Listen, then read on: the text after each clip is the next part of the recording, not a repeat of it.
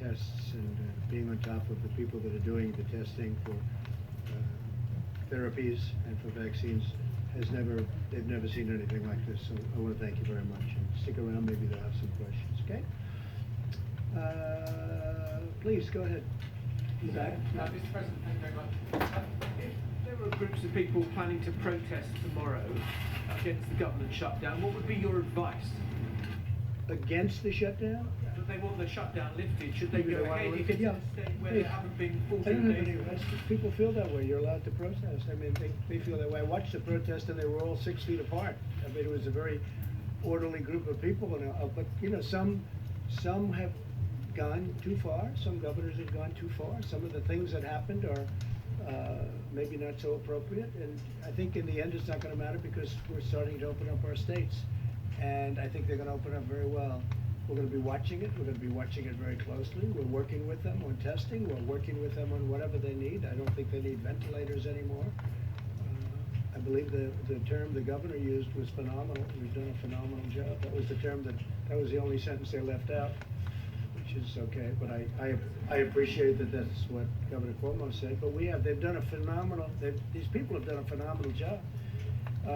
As far as protesters, you know, I see protesters for all sorts of things, and I'm with everybody. I'm with everybody. Please, in the back, go ahead. In the back, go ahead. You ready? Yeah. Yes, please. Thank you, Mr. President. Jen Pellegrino with LAN. Yesterday, you pointed out that Iran was likely not truthful in the reporting of the virus. Meanwhile, Senator Dianne Feinstein and other Democrats are looking for $5 billion in aid to Iran. Are you considering giving any aid to Iran? If Iran needed aid on this, I would be willing to do something if they want it, if they ask for it. I would be certainly willing. They were hit very hard. Obviously, those numbers weren't correct numbers that they reported. But if they needed help, if they needed aid, if they needed ventilators, we have thousands of ventilators currently on hand, and ventilators under construction, that are under construction. That's a mosquito. I don't like mosquitoes. I don't like mosquitoes at all. But if they, yeah, we would certainly be willing to help. What they should do is be smart and make a deal. It's only because of, you know, you look at what happened. It's John Kerry, I guess, just doesn't want them to make a deal, and they're probably figuring they can wait, and maybe it will be Biden, and they'll own America if Biden gets. And they know with me, it doesn't work that way. It doesn't work that way. If Joe Biden got in, they'd own America. Between them, China, Japan, Mexico, Canada, they'd own America. You wouldn't have a country left if he got in. Go ahead, please. First question, you mentioned you've seen some governors, I think you said this yesterday too, that some governors you think have gone too far.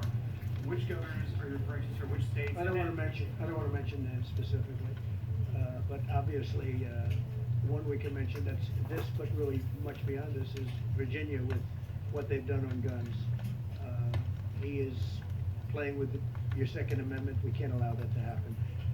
And that is indirectly related to this, because you know what's happened with guns. People are buying guns at a level that you haven't seen before because of this surge of plague.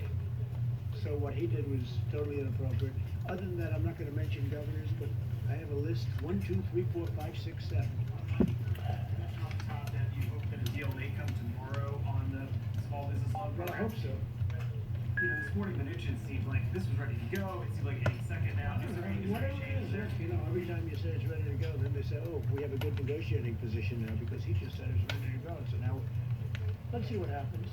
But we want to take care of our workers. We want to take care of our small businesses. They're really the engine of this country. We have to take, when we open, we want to have those small businesses ready to go. We don't want those businesses abandoned because they couldn't afford their employees. They couldn't take care, and I want to take care of those employees. I can't tell you that. I can just tell you that we're negotiating with the Democrats, and you know, they negotiate the things that we can't do, that we don't think are in the best interests of the people of this country. We are very close to a deal. I can't tell you whether or not we're going to get the deal or not. Who would say that? You want me to say we're going to have a deal before we have a deal? We have a good chance of getting a deal. a lot of good discussions were had today. We have a good chance of getting the deal. We want the deal. We want to take care of our workers, and we want to take care of our small companies. Go ahead, please. Thank you, Mr. President. I have a question for you and also for Dr. Khan, if I may, after I get to your question. Sure.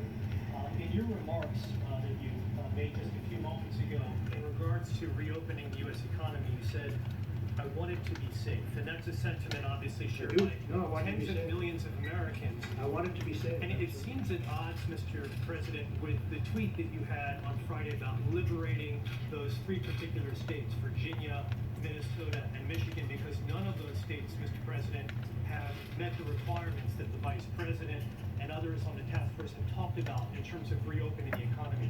Do you see those two Well, if you ideas at take odds? Michigan, there were things in the Michigan that I don't think they were necessary or appropriate. Everyone knows that. I think the governor of Michigan, and we're getting along very well, but I think the governor of Michigan probably knows that. I think she probably wished she didn't put some of them in. You can't buy paint, you can't buy seeds, I mean, where did this stuff come from? No, we're gonna be safe. We have to be safe. We don't want to close anything. We're not gonna be closing, but we're gonna be doing it beautifully, systematically. We're working very well with the governors. I mean, I would say pretty much almost all of them. A couple of them, no matter what you do, you'll never satisfy them. You could find the cure tomorrow and they wouldn't be satisfied. They'd find a reason to complain. Wise guys. But for the most part, we're working very well with the governors. We have a great relationship with the governors. I can tell you, I've been on numerous calls with governors, and during those calls, I mean, without exception, they were friendly. That's going back even a month from today. So I think that we're going to do a terrific job. I think the governors are going to do a terrific job, and we're starting to open our country. And as you know, I just spoke with Greg Abbott today from Texas. He's fantastic. He's a fantastic governor, and he's going to be opening up parts of Texas, and you're going to be opening up parts of other countries. You know what other states, and you know what that is. And by the way, other countries are at a point where they're studying. I see where Germany's starting to open up a little section. So there are a lot of great things happening, and we're going to start to open our country, and we're going to do it. It's like, as I say, it's like a beautiful puzzle. The state might even be a portion of a state. You know, there are states, very big states, and you can have portions of states, Mike. You have a portion, you have a county which is perfect, and you have another county that's sort of still pretty far away, even if it's within the same state, and it's not doing so well. But they may open up parts. So we're going to do it very, very carefully, and I think it's going to be very successful. But when you say safe, I want it to be very safe.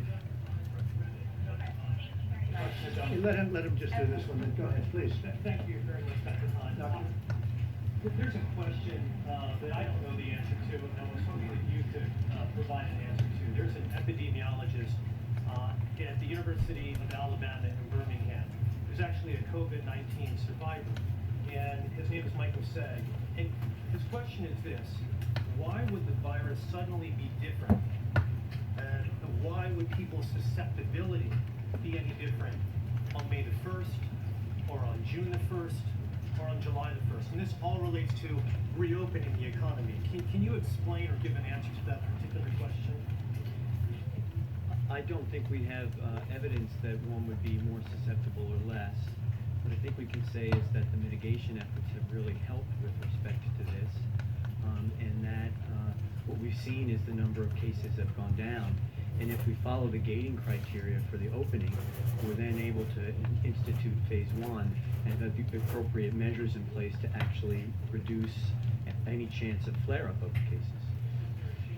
A sort of rebounding if you reopen too soon without the type of mitigation efforts that we've had still in place? Yes, there's a chance. And I think Dr. Fauci and Dr. Birx talked about this at the podium. And the key here is the surveillance that is being put in place with the CDC. I think that'll be a really great help in terms of trying to reduce that risk. Thank you. And I think they have the rest of that clip. I just thought it was a very good clip. I think it's a tribute to New York. I think it's a tribute to the federal government. And I thought it was nice. So I think they have that now. They can try it. Go ahead. We saved everyone, no.